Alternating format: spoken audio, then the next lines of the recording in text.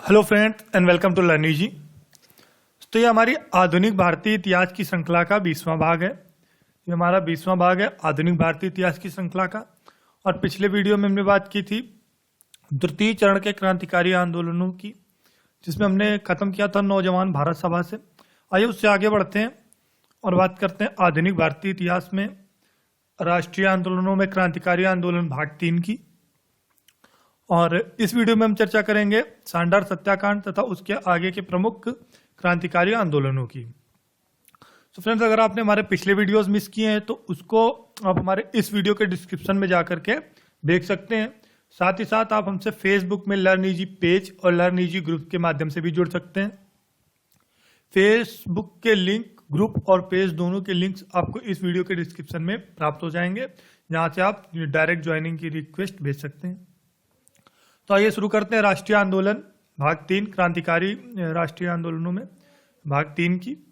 सबसे पहले हम बात करेंगे सांडार सत्याकांड की। सांडार सत्याकांड के बारे में जब साइमन कमीशन का विरोध हुआ, तो साइमन कमीशन के विरोध में जो प्रदर्शन हुआ था, साइमन कमीशन के विरोध में, तो अगर साइमन कमीशन की बात करते हैं तो साइमन कमीशन जो 3 फरवरी 1928 को बंबई पहुंचा था, उसकी चर्चा हम अगले वीडियोस में डिटेल्स में करेंगे। तो यहाँ पर जो सांडार सत्याकांड की बात कर रहे हैं उस पर फोकस करते हैं। तो साइमन कमीशन के विरोध में जब लाला लाजपत राय पर हमला हुआ, पुलिस ने इन पर गंभीर रूप से लाठियों से मारा, तो लाठियों की मार से घायल होने के पश्चात इनकी मृत्यु हो गई, जिसके फलस्वरूप जो क्रांतिकारी थे उनमें बहुत ज़्यादा आक्रोश फैल गया। और इनकी मृत्यु का बदला लेने के लिए नौजवान भारत सभा, जो नौजवान भारत सभा थी जिसकी चर्चा हमने अपने पिछले वीडियो में की थी, जिसके अध्यक्ष रामकिशन थे, तो नौजवान भारत सभा के सदस्यों ने एस्कॉर्ट को मारने के लिए हमला किया। एस्कॉर्ट को मारने के लिए हमला किया था हालांकि, और इनके जो सक्रिय सदस्य थे उनमें भगत सिंह, राजगुरु, सुखदेव, चंद्रशेखर आजाद और जय गोपाल ये प्रमुख थे। जो तत्कालीन नौजवान भारत सभा थी उसमें जो एस्कॉर्ट की हत्या करने के लिए जो सदस्य जिन्होंने हमले का पूरा योजना तैयार की, हमले की योजना तैयार की और एस्कॉर्ट पर हमला किया, उनमें से प्रमुख रूप से भगत सिंह, राजगुरु, सुखदेव, चंद्रशेखर आजाद और जयगोपाल थे। एस्कॉर्ट पे हमला करने के बाद गोली एस्कॉर्ट को नहीं लगने की जगह, गोली एस्कॉर्ट को ना लग के सांडर्स और उसके रीडर चंदन सिंह, जो सांडर्स थे और उसका जो रीडर था चंदन सिंह, उनको लगी और उन दोनों की मृत्यु हो गई। लेकिन इस पूरे घटनाक्रम की जानकारी पुलिस को जय गोपाल ने दे दी। जय गोपाल जो नौजवान भारत सभा का सदस्य था, उसने गद्दारी करके जो पूरी संपूर्ण घटनाक्रम की जानकारी थी वो पुलिस को दे दी और खुद सरकारी गवाह बन गया। इसके बाद बात करते हैं केंद्रीय विधानसभा पर बम हमला। और इसके बाद अगर हम पिछले अभी सांडार सत्याकांड की बात करते हैं तो इसमें से जो राजगुरु और सुखदेव थे, इन लोगों की गिरफ्तारी इसी हत्याकांड में हुई। इसके बाद जो केंद्रीय विधानसभा पर बम हमला हुआ, ये एक प्रमुख घटना थी। और यह बम हमला भगत सिंह और बटुकेश्वर दत्त ने मिलकर किया और मिलकर केंद्रीय विधानसभा पर बम फेंका। और केंद्रीय विधानसभा पर बम हमला 8 अप्रैल 1929 ईस्वी को हुई थी। हालांकि जो ये बम हमला हुआ इसमें कोई भी अधिकारी की मृत्यु नहीं हुई, क्योंकि भारतीय क्रांतिकारी इस घटना को मात्र एक बहरों को सुनाने के लिए घटनाक्रम मानते हैं।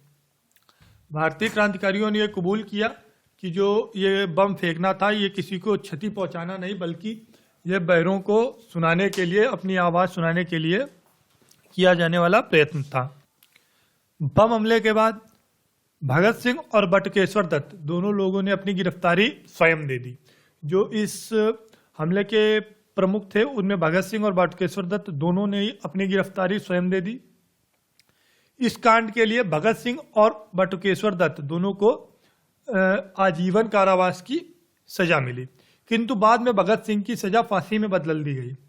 इसका मुख्य कारण ये था कि जो इससे पहले सांडार सत्याकांड था उसमें भगत सिंह शामिल थे, और जब अधिकारियों को यह पता चला जयगोपाल की गवाही से कि सांडार सत्याकांड में भी भगत सिंह का हाथ था, तो उन्होंने बटुकेश्वर दत्त की सजा को आजीवन कारावास ही रखा और भगत सिंह की जो आजीवन कारावास की सजा थी उसको फांसी में तब्दील कर दिया। 23 मार्च 1931 ईस्वी को राजगुरु, सुखदेव और भगत सिंह को फांसी दे दी गई। तो जो फांसी की तिथि थी वो 23 मार्च 1931 ईस्वी थी, जिस दिन राजगुरु, सुखदेव और भगत सिंह को फांसी दी गई। आगे बढ़ते हैं और बात करते हैं गांधी युग की। गांधी युग या फिर ये बोल सकते हैं कि जो तृतीय चरण था भारतीय राष्ट्रीय कांग्रेस के युग का और भारतीय राष्ट्रीय आंदोलनों का, जो 1919 से 1947 तक चला, उसको गांधी युग के नाम से जानते हैं। इसकी चर्चा हमने पहले भी की थी। और यहाँ पर हम बात करेंगे गांधी जी के सत्याग्रह के भारत में प्रयोग से। हालांकि गांधी जी ने अपना पहला सत्याग्रह दक्षिण अफ्रीका में प्रयोग किया था, और हम यहाँ पर बात कर रहे हैं गांधी जी के सत्याग्रह के भारत में प्रयोग से। भारत में इन्होंने कौन कौन से प्रमुख सत्याग्रह आरंभ किए और कहाँ पर इन्होंने पहला सत्याग्रह किया, उन सब की चर्चा करते हैं विस्तार से। तो सबसे पहले बात करते हैं चंपारण आंदोलन की, जो अप्रैल 1917 को हुआ। चंपारण आंदोलन अप्रैल 1917 को हुआ। इस आंदोलन की मुख्य वजह तीन कठिया पद्धति थी। तीन कठिया पद्धति चंपारण आंदोलन की मुख्य वजह थी। अब तीन कठिया पद्धति क्या थी, अगर इस पर चर्चा करते हैं तो अंग्रेजों ने बगान मालिकों को अपनी जमीन के 3/20वें हिस्से पर नील की खेती अनिवार्य कर दी थी। अंग्रेजों ने ये नियम निकाल दिया कि जो भी बगान मालिक हैं वो अपनी जमीन के हिस्से के 3/20वें भाग पर नील की खेती करेंगे। और ये जो फरमान था ये तिनकठिया पद्धति के नाम से जाना जाता था। लेकिन बाद में चूंकि पहले नील की खेती में फायदा भी था और नील की बिक्री भी अच्छी होती थी, लेकिन बाद में जब जर्मनी में रासायनिक रंगों से नील बनने लगी, रासायनिक रंग की खोज हो गई और रासायनिक रंगों का प्रयोग होने लगा नील की जगह पर, तो जो नील की खेती थी उसमें बहुत ज़्यादा हानि होने लगी, बहुत ज़्यादा उसमें नुकसान होने लगा और नील की खेती का वर्चस्व लगभग खत्म होने लगा। यही एक कारण था कि भारत में जो यूरोपीय बगान मालिक थे वो अपनी फैक्ट्री बंद करना चाहते थे। भारत में जो बगान मालिक थे यूरोप के, जो यूरोपीय व्यापारी थे, यूरोपीय बगान मालिक थे, वो अपनी फैक्ट्री भारत में बंद करना चाहते थे। और जो भारतीय किसान थे वो भी नील की खेती से मुक्ति चाहते थे। अब इस मौके का फायदा उठाकर जो अंग्रेज थे उन्होंने अनुबंध से मुक्त होने के लिए लगान और गैर कानूनी कर को बढ़ा दिया। क्योंकि अंग्रेजों का एक मुख्य उद्देश्य सिर्फ लाभ उठाना था, तो उन्होंने इस मौके का भी लाभ उठाया और जो अनुबंध से मुक्त करने के लिए, जो अनुबंध था 3/20वें हिस्से पर नील की खेती करना, उससे मुक्त करने के लिए लगान में वृद्धि कर दी और गैर कानूनी कर भी बढ़ा दिए। इससे प्रभावित होकर 1917 ईस्वी को राजकुमार शुक्ल ने, यहाँ पर बाय मिस्टेक रामचंद्र शुक्ल लिख गया है, लेकिन 1917 में राजकुमार शुक्ल ने अपने प्रयासों से गांधी जी को चंपारण बुलाया। जब गांधी जी चंपारण पहुंचे तो वहां के जो तत्कालिक कमिश्नर थे उन्होंने गांधी जी को तुरंत वापस जाने के लिए कहा, किंतु गांधी जी वापस नहीं आए और उन्होंने चंपारण गांव जाने की अनुमति लेकर चंपारण गांव के लिए प्रस्थान किया और चंपारण गांव पहुंचे। इसके बाद चंपारण में गांधी जी के सहयोगी जो प्रमुख थे वो महादेव देसाई, जेबी कृपलानी, डॉक्टर राजेंद्र प्रसाद, ब्रजकिशोर और नरहरि पारिक, इन लोगों ने गांधी जी के जो आंदोलन था चंपारण आंदोलन, उसमें गांधी जी का सहयोग दिया। परिणाम स्वरूप सरकार ने सारे मामले की जांच की और एक जांच समिति का गठन किया। जब गांधी जी ने अपना आंदोलन स्टार्ट किया और उनके प्रमुख सहयोगी हुए, जिसका नतीजा यह निकला कि उनके जो चंपारण आंदोलन था वो प्रभाव में आया और प्रभाव के परिणाम स्वरूप सरकार ने मामले की जांच के लिए एक जांच समिति का गठन किया और उसमें गांधी जी को भी सदस्य बनाया गया। गांधी जी अपने प्रयासों में सफल रहे। जो उनका भारत में पहला आंदोलन था सत्याग्रह का, उसमें वो सफल हुए और अंत में सरकार ने बगान मालिकों को 25% वापस करने पर सहमति प्रदान कर दी और यह सहमति सभी को स्वीकार हुई और इसी के साथ जो चंपारण आंदोलन था वो सफलतापूर्वक समाप्त हो गया। इसके बाद बात करते हैं एक अन्य आंदोलन की भारत में गांधी जी के, जो था अहमदाबाद का मिल मजदूर आंदोलन। अहमदाबाद का मिल मजदूर आंदोलन यह चंपारण के बाद दूसरा आंदोलन था जो गांधी जी के द्वारा नेतृत्व किया गया और यहाँ की जो मुख्य समस्या थी या मुख्य विषय था इस आंदोलन का वो प्लेग बोनस था। अर्थात जो प्लेग की बीमारी चल रही थी उस समय प्लेग से निपटने के लिए जो मिल मालिक थे वो मजदूरों को प्लेग बोनस देते थे, किंतु जब प्लेग की समाप्ति हो गई तो मालिक भी इस बोनस को बंद करना चाहते थे, समाप्त करना चाहते थे। लेकिन जो मजदूर थे वो इस बात के विरुद्ध थे कि ये जो बोनस है वो समाप्त हो। वो डरे हुए थे कि प्लेग अगर दोबारा अटैक करेगा तो शायद मिल मालिक आगे हमको बोनस देंगे या नहीं देंगे, तो वो इस बोनस को समाप्त नहीं करना चाहते थे। तो ये जो आंदोलन था वो पूर्ण रूप से प्लेग बोनस के लिए ही था। अंत में गांधी जी को जब ये पता चला तो वो गांधी जी अहमदाबाद के मिल मजदूरों के पास पहुंचे और उन्होंने तत्काल जो मजदूर थे उनको हड़ताल पर जाने के लिए कहा और 35% बोनस की मांग की। गांधी जी के अनशन के कारण जो मामला था न्यायाधिकरण के पास पहुंचा और वहां पर सुनवाई हुई। सुनवाई के बाद इसको जांच की पूर्ण मंजूरी मिली और पूर्ण मंजूरी के साथ जो 35% बोनस था वो मजदूरों को प्राप्त हुआ। इस प्रकार यह भारत में दूसरा सफल आंदोलन गांधी जी का साबित हुआ। आगे बढ़ते और बात करते हैं एक प्रमुख अन्य आंदोलन की, जो खेड़ा आंदोलन था, जिसका नेतृत्व गांधी जी के द्वारा ही किया गया। खेड़ा आंदोलन जिसकी तिथि 1918 ईस्वी थी। खेड़ा आंदोलन में, और ये जो अहमदाबाद मिल मजदूर आंदोलन था इसकी भी तिथि 1918 ही थी, और चंपारण की हमने पहले ही चर्चा की जो अप्रैल 1917 थी।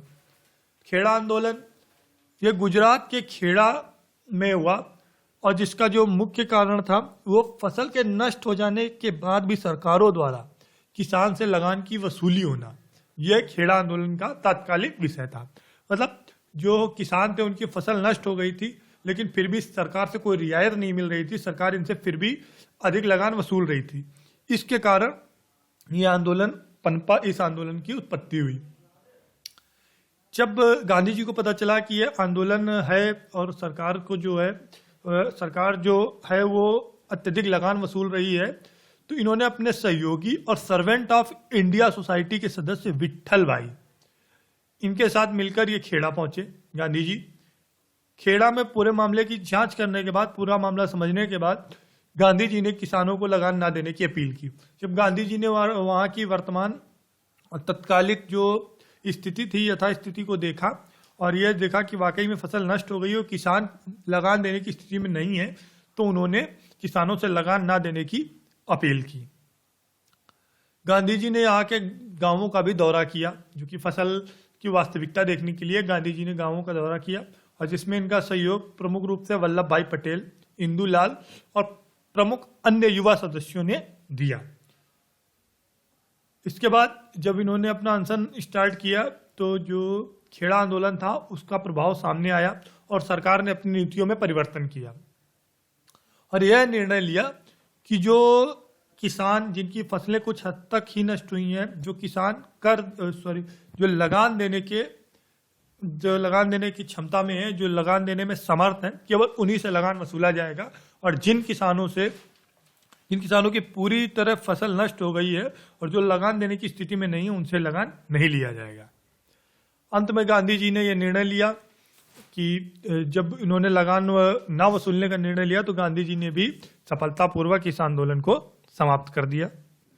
फ्रेंड्स, इस वीडियो में हमने चर्चा की कुछ महत्वपूर्ण आंदोलनों की, और अगले वीडियो में हम चर्चा करेंगे जो अन्य महत्वपूर्ण आंदोलन जैसे रॉलेट एक्ट, जलियांवाला बाग हत्याकांड, खिलाफत और असहयोग आंदोलन और साइमन कमीशन की विस्तृत रूप से। Friends, thanks for watching this video, and for regular updates, don't forget to like this video, and for regular updates, subscribe our channel. Thanks for watching. Thank you.